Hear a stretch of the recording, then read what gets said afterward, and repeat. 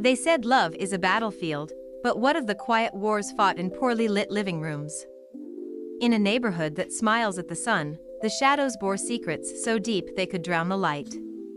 When the lines blurred between love and longing, who would pay the ultimate price for a stolen moment? Would the heart dare to defy the unyielding expectations of loyalty? I stepped outside on a breezy afternoon, the late summer sun pouring golden light over our suburban neighborhood. It was picture perfect, the kind of setting that postcard companies dream of. Each well-kept lawn seamlessly melded into the next, the houses standing close enough to foster community while ensuring the walls felt like barriers to the individual lives trapped behind them. The whispers of laughter floated through the open windows, mingling with the chirps of birds in the trees and the distant hum of lawnmowers. From the outside, we seemed an enviable picture of domestic bliss, but I was all too aware of the shadows lurking behind those white picket fences, and none of those shadows concerned me more than my own. My life often felt like I was watching an old movie on repeat, each day blending into the next without any spark to keep it alive. My husband, David, was a ghost in our home, physically present yet emotionally absent, his preoccupation with work and steady draw to alcohol building a wall between us that felt insurmountable. What had once been passion and partnership had corroded into routine dinners in silence and the unspoken knowledge that we were just two people cohabiting under the same roof, caught in the same monotonous fog. My heart ached for connection, yearning for the intimacy I used to feel, not just with David but with life itself. I pushed that longing down daily, dressed it up with chores, distractions, and the obligatory niceties of being a housewife. Yet, the emptiness clawed at the edges of my mind, whispering insidiously that the promise of what could be was running out like sand through my fingers. I often caught myself gazing in the mirror, searching for the vibrancy of the woman I once was, echoing with dreams and naivety, a woman who somehow got lost in the shuffle of life. Then, there was Ethan, my stepson, whose youthful spirit seemed to hold the key to everything I missed. He had just turned 18, teetering on the brink of adulthood with a buoyancy that was contagious, a gentle smile that seemed to light up the dim corners of our home. In his eyes, you could see the flicker of hope and the quest for identity, the very essence of a person figuring out the edges of their world. He had inherited his father's wavy hair and sturdy build, but possessed a kind of tenderness that David had long misplaced. Sometimes, I caught him sitting across the table, engrossed in a book, a quiet intensity radiating from him.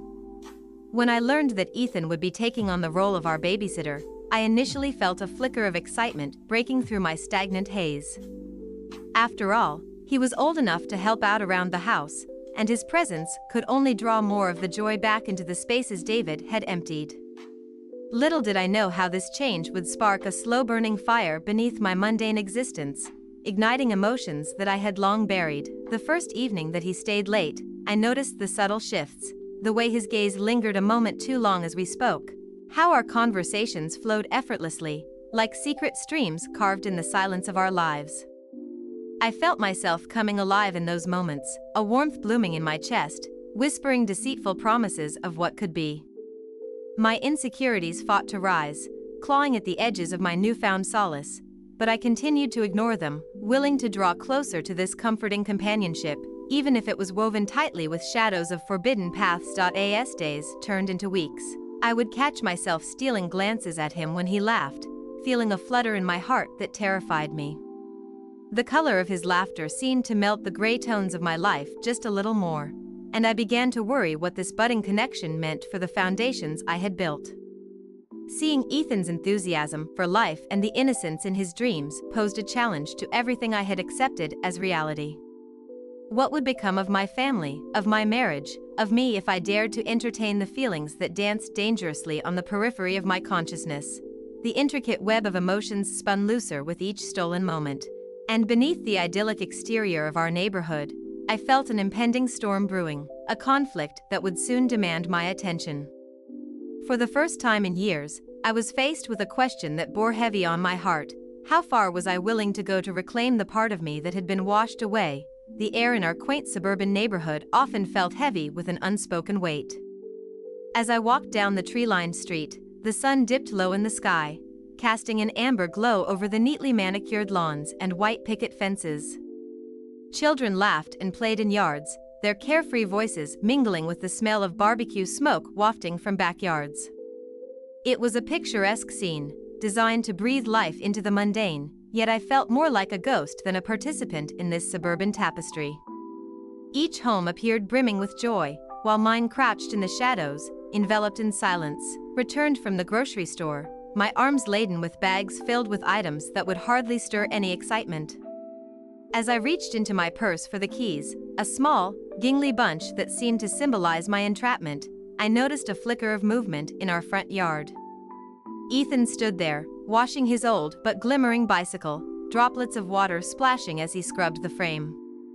At 17, my stepson was still a boy in many ways, yet a certain maturity had begun to etch itself into his features, a subtle promise of the man he was destined to become. "Hey, Clara," he called out, his voice mirroring warmth that felt foreign in these walls. "Hey, Ethan. That bike looks like new." I offered a smile, trying to hide the knot in my stomach. Even this simple exchange made my heart flutter, a troubling yet intoxicating sensation. "Thanks. It's my pride and joy," he said, smiling widely, and I couldn't help but feel a pull toward his enthusiasm. Though my husband David often seemed like a tired old dog, Ethan brought a spark of youth and potential. As I moved past him, I caught a glimpse of the flyer he held, a handwritten note that read "babysitter needed." A part of me flared with irritation. Didn't he know I could manage just fine? But another part whispered that it could be a refreshing change from my routine. I shrugged and continued inside, closing the door behind me, sealing in the warm rays of light and letting my mind run wild with possibilities. The following days unfolded consecutively, and I found myself increasingly caught in the rhythm of our home. When Ethan returned my call and offered to babysit for a couple of evenings, I should have felt excitement. But instead, it sent a shiver through me, a thrill laced with a hint of fear. The initial joy of having an extra pair of hands morphed during the first evening when David came home late from work, and my heart raced as Ethan and I prepared dinner together, our chemistry unspooling like an unseen thread between us. Each time we brushed against each other in the kitchen, a current of energy flowed through the air, igniting the corners of my mind that had long been dimmed. I found myself laughing more, my worries about every dull moment leaching away, replaced by the enthusiastic chatter we shared about everything under the sun, dreams, fears, and the bittersweet reality of growing up. But underlying that excitement, a tightness began to squeeze my chest. I stole glances at him when he wasn't looking. How could I feel this way? I pushed the thought down, this was my stepson. Such feelings were dangerous, both socially and within the confines of our fractured family. And yet, as evenings wore on, the tension in my heart only intensified. After another late night of talking, I ventured to ask Ethan, "Why are you so interested in babysitting anyway? I mean, you're almost an adult." His gaze softened, "Because I know it's tough for you, Clara." I thought maybe I could help a little. There was an earnestness in his eyes that sent my pulse racing, like standing on the edge of a cliff, tempted to leap. In that moment, I realized that the boundaries between us were shifting. This innocent act of babysitting had turned into something much more than I ever anticipated. It was a thread dangerously pulling at the fabric of our family while setting the stage for a conflict I could sense lurking just beneath the surface.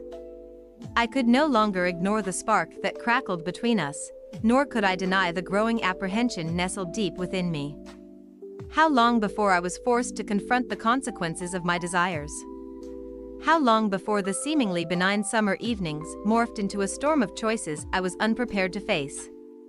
Each question whispered through my mind, unraveling the guise of normalcy I clung to.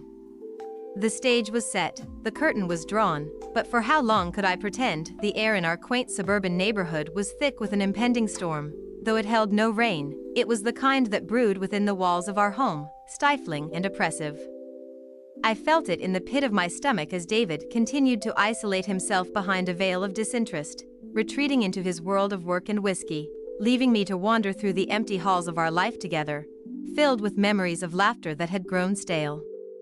Ethan had only been babysitting for a week, but already his presence intertwined itself into the bare threads of my reality, each day more electric than the last. On that particular evening, as I washed the dishes and dried my hands on a fraying towel, I heard Ethan's laughter floating from the living room. His easy manner reminded me of the boy I had known when he first entered our lives. He was now on the cusp of manhood, brimming with promise, yet not entirely lost to the innocence of youth. I paused, tinged by a blend of warmth and an inexplicable longing. It was as if the mundane routine of my existence had momentarily shifted, the air around him crackling with an energy that both exhilarated and terrified me. "Clara, can you help me with this?" Ethan called out, his voice breaking through my fog. I walked into the room to find him wrestling with a game console, the light from the screen reflecting his eagerness. There was no reason for our interaction to branch from mere casual conversation into something spanning the vast divide that separated our lives, but I felt the weight of unspoken words hang between us. "You know," I said, wiping my hands together and approaching him, "I used to play that game all the time back in the day." I offered a crooked smile, masking the tidal wave of emotions surging within me. He looked up, his eyes shimmering with enthusiasm, inviting me to step over that invisible line where siblings became something more. "Yeah? You should join me," Ethan suggested eagerly. His excitement emanated an infectiousness I found hard to resist. It might be fun to have a little competition. Compromise was all I seemed to offer these days, and that evening, it manifested as stepping into the role of a playful adversary. As we settled down together, the laughter flowed easily, creating a bridge over the chasm that once seemed insurmountable.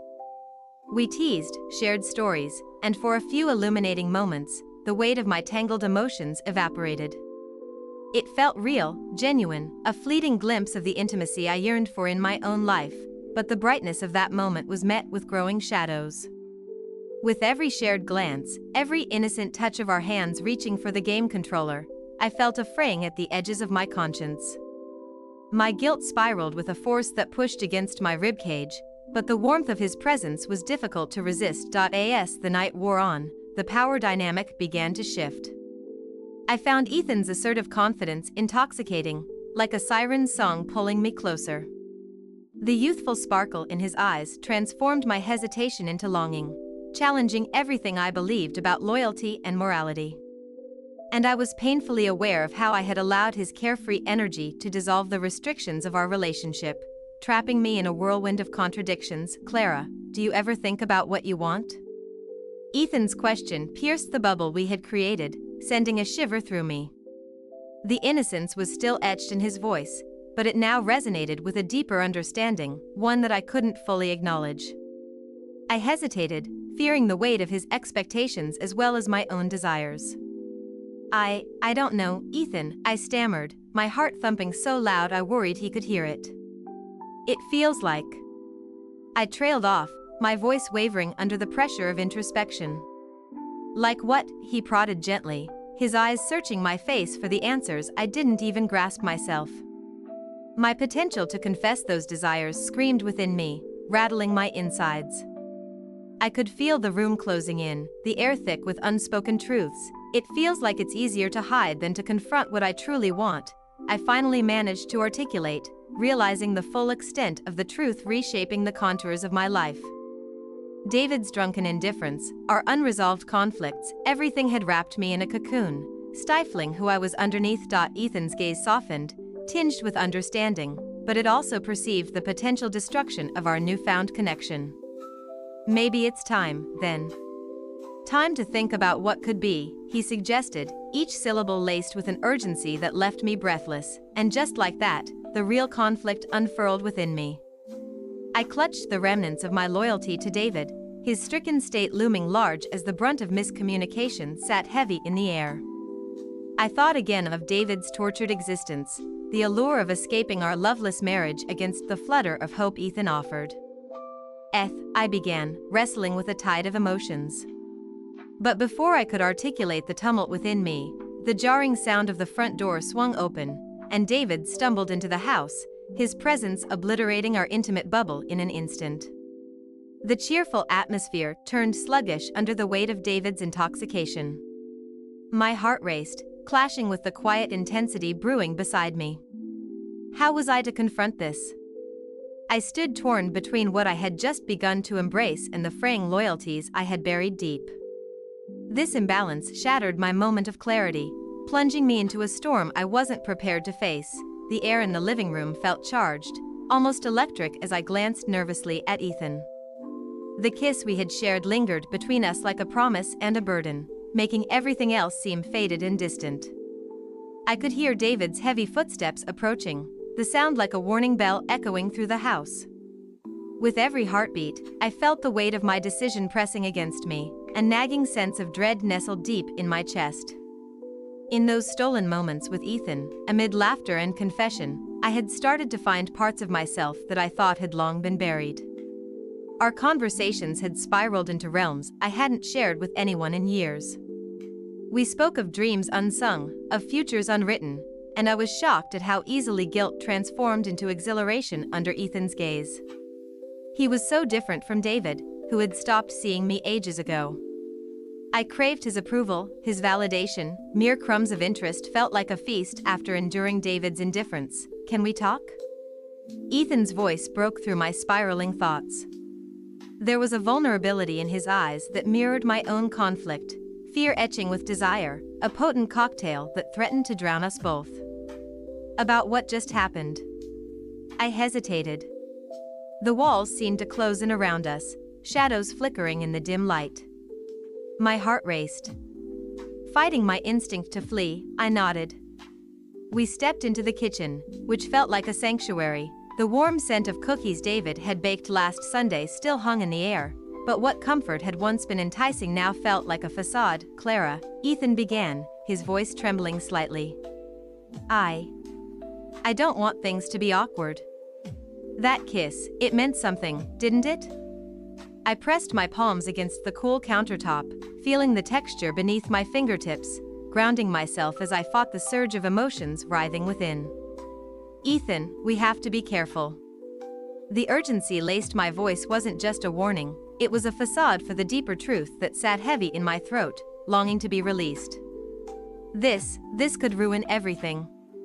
"That's exactly why we have to talk about it," he insisted, stepping closer, and the warmth radiating from him sent shivers through me. "I've never felt this way about anyone before. You're not just my stepmother, you mean something to me, Clara." The ache in my chest turned sharper. I swallowed hard, unable to meet his eyes, which burned with an intensity that pulled me in. I had felt corners of my heart stir with longing when he would help me with dinner, when he shared jokes that sent laughter bubbling out of me like sparkling water. But that yearning collided with the memories of David, his heavy breath reeking of alcohol, the way he slumped into bed each night as if resigned to a life lost, his laughter replaced only with irritation. "Yes, Ethan, it does mean something, but at what cost?" "What are you afraid of?" he pressed, his tone soft but assertive. "You hide so much of yourself from everyone, even David. This isn't just a physical thing for me. I care about you." My chest constricted. Did I dare allow myself to believe him? I don't know if I can let this go any further. "David," I started, but Ethan cut me off before I could weave a tapestry of guilt and responsibility. "David doesn't see you, Clara. Never has. You're more than just a wife and stepmother. You deserve to feel alive." His passionate plea ignited a spark of rebellion in me, one I had tried to suppress, the kind of flame that once thrived in my younger years, before practicality and routine steamrolled over my dreams, but I was still a married woman. "It's not that simple, Ethan. I can't betray my marriage like this. I can't imagine what it would do to this family." The reality of my situation clawed at me as doubts folded over each other like waves crashing against rocks. In that moment, I heard the faint key turn in the lock, my heart leaping into my throat as I registered David's entry. Panic consumed me, the air filled with unspoken tension. The last thing I wanted was for David before Ethan to realize something was amiss. Out of instinct, I stepped back, trying to recompose myself. If David sensed anything unusual, it could ignite a fire I was not prepared to deal with. I wiped a bead of sweat from my brow, hoping it wasn't too late. David walked in with that lethargic, deflated demeanor that had become all too familiar. He tossed his keys on the countertop carelessly, the sound loud and jarring. "What are you two doing?" he asked, his tone suspicious but weary. Caught, I felt a wave of nausea crash over me. Ethan's gaze darted toward me, a silent search for what to do next.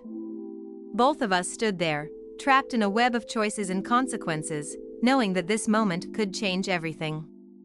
"Just talking," I managed to say, the lie to myself tasting bitter in my mouth. A tense silence filled the air, thick enough to taste, igniting fear in the pit of my stomach. "Just talking? You've looked closer than just that."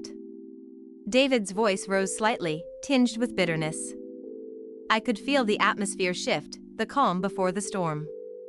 "What's your problem?" Ethan shot back, but I saw the flicker of fear behind his words. David was an immovable wall, grating against our fragile resolve.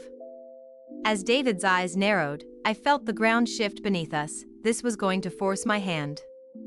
I could either confess and risk everything, or suffocate in this growing tension. My heart thundered as I tried to fight back the tumult of emotions.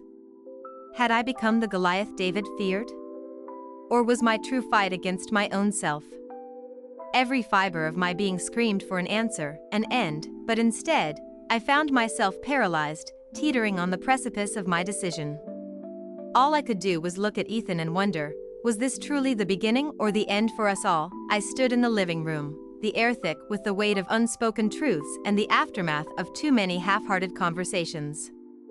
Ethan's expression was pinched, a mixture of defiance and concern, as he braced himself against the countertop where the remnants of our earlier struggle lay scattered. "Clara, we can't just ignore this anymore. You can't keep pretending," he urged, his voice trembling like an autumn leaf caught in an unexpected breeze. I felt a twisting sensation in my stomach, a clash of desire and guilt that raged like a tempest within. The kiss we shared earlier felt fresh on my lips, an echo of reckless abandon, yet it transformed into a burdensome weight. "What do you want me to say, Ethan?" I shot back, my tone sharper than intended. "I'm a married woman, and this, whatever this is, it's wrong." "Wrong," he countered, frustration flashing in his eyes. "Or is it just terrifying? You're scared of what this means for you, for us. But you have to acknowledge it. We're battling against our feelings instead of embracing them." He took a step closer, and the air between us crackled with tension. The foundations I had built around my life, my marriage, felt unexpectedly fragile at that moment. "You don't understand, Ethan. David, he's my husband. I made promises." My voice trembled, revealing a crack in my facade. "Promises," he burst out, the force of his words startling me. "What about what you want? What about what you deserve? You spend every day just going through the motions, while all I see is you trapped.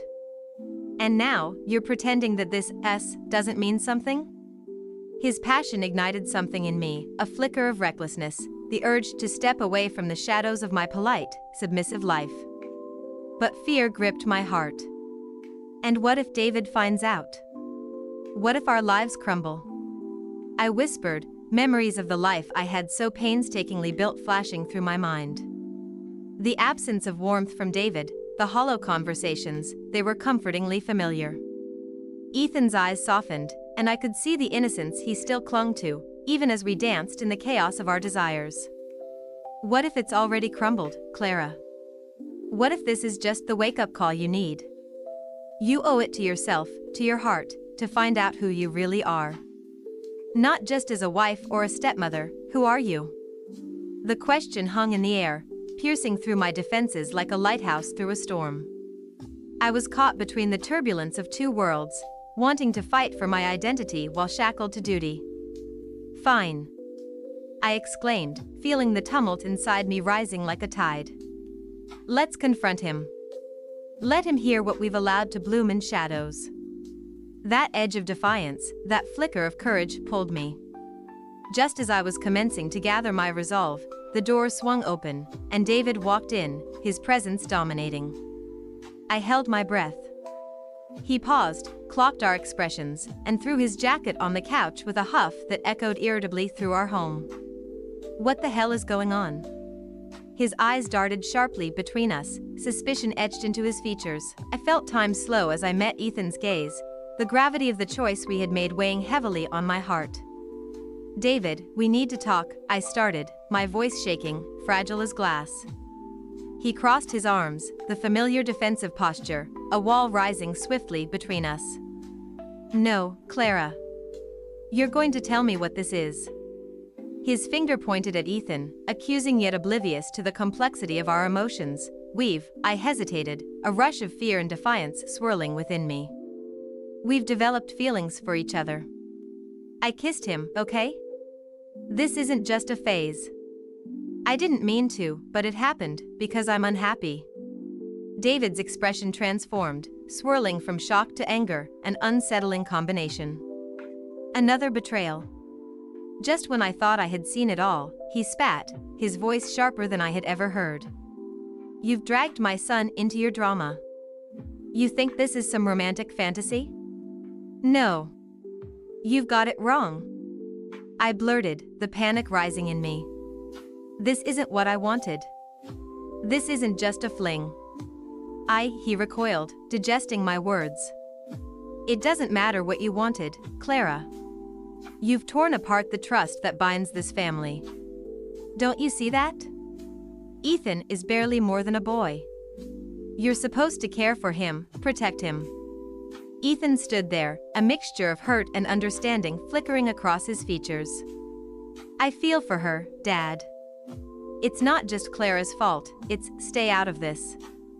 You think you can decide who she should be? David thundered, his fury splintering the fragile atmosphere. You have no idea how hard I've worked to keep this family intact. You risk everything for a moment of weakness. I could feel my world crumbling with every accusation hurled, and suddenly the weight of my decisions came crashing down. But amidst the chaos, clarity pierced through me. This was my moment to redefine my truth. Maybe everything should crumble. Maybe this facade is what has been keeping us unhappy. It was bold, provocative. The room shifted, silence enveloped us as raw emotion hung heavily in the air. David's eyes narrowed, realization seeping in. I had acknowledged what we were always afraid to admit. He took a step back, uncertainty mingling with disbelief. I'm not asking for forgiveness, I declared, my heart racing. I'm saying I need to find myself beyond being a wife and a mother. I need more. The silence stretched, emotions churning violently. Everyone caught breath, waiting for the next move, as if on the precipice of a life-changing decision. This was our turning point, the shift that could unravel us all, or, perhaps, allow us to grow. And within that tenuous moment of revelation, I understood that love, in all its complexity, can either bind us together or set us free. As I stood on the threshold of my new life, the sun dipped low on the horizon, casting a golden hue across the suburban landscape that had miraculously transformed overnight. Every home, once a reminder of my stifling past, now shimmered with possibility. Ethan remained at my side, his presence a calming current amidst the chaos I had chosen to embrace. The confrontation with David had been earth-shattering, a storm born of years of emotional neglect erupting into breathtaking clarity. You think you know what love looks like, he had spat, rage mingling with despair in his voice. You'll simply take your fantasies and run? I had fought back tears, but the truth lingered, both painful and liberating. I couldn't bear the weight of a loveless marriage any longer. If only you'd seen me, David, I whispered, the words feeling like a farewell. If only, with the door now closed on that chapter, the immediate repercussions of my actions were felt acutely in the days that followed. I had left behind an unmarred image of family to traverse uncharted territories, but broader horizons come with shadows as well as light. Clara, the motherly figure once trapped in societal shackles, was gone, replaced by a woman who was determined to embrace her authenticity. However unconventional it may seem to others, Ethan and I navigated our own tumultuous ground, applying the lessons unearthed through our transformative experience. Our bond had been rooted in shared vulnerabilities, one born of youthful passion and an understanding of emotional voids. We took long walks, talked endlessly, and began to unravel the intricacies of love beyond mere physicality. With the cosmos twinkling above us like promises yet to be fulfilled, I instilled in him the wisdom I was still grasping myself.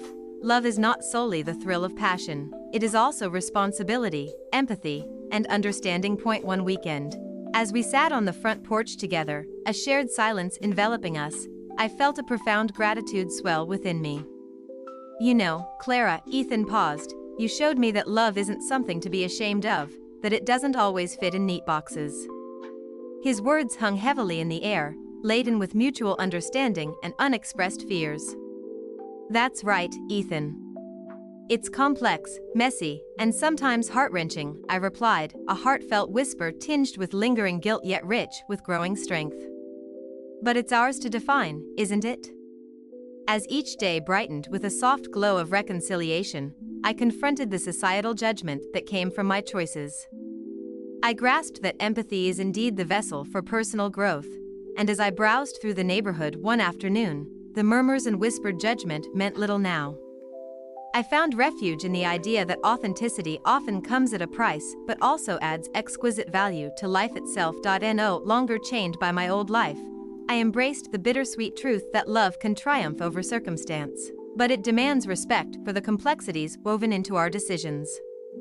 My heart, once burdened and frayed, now indulged in freedom, an affirmation I cherished more than any conventional bond. Each day carried hints of closure on the horizon, my soul quietly whispering that the most profound journeys begin with a single, brave step away from the familiar. I was free, and in choosing to be true to myself, I rediscovered the essence of love, not bound by societal constraints but enriched through the lens of compassion and maturity.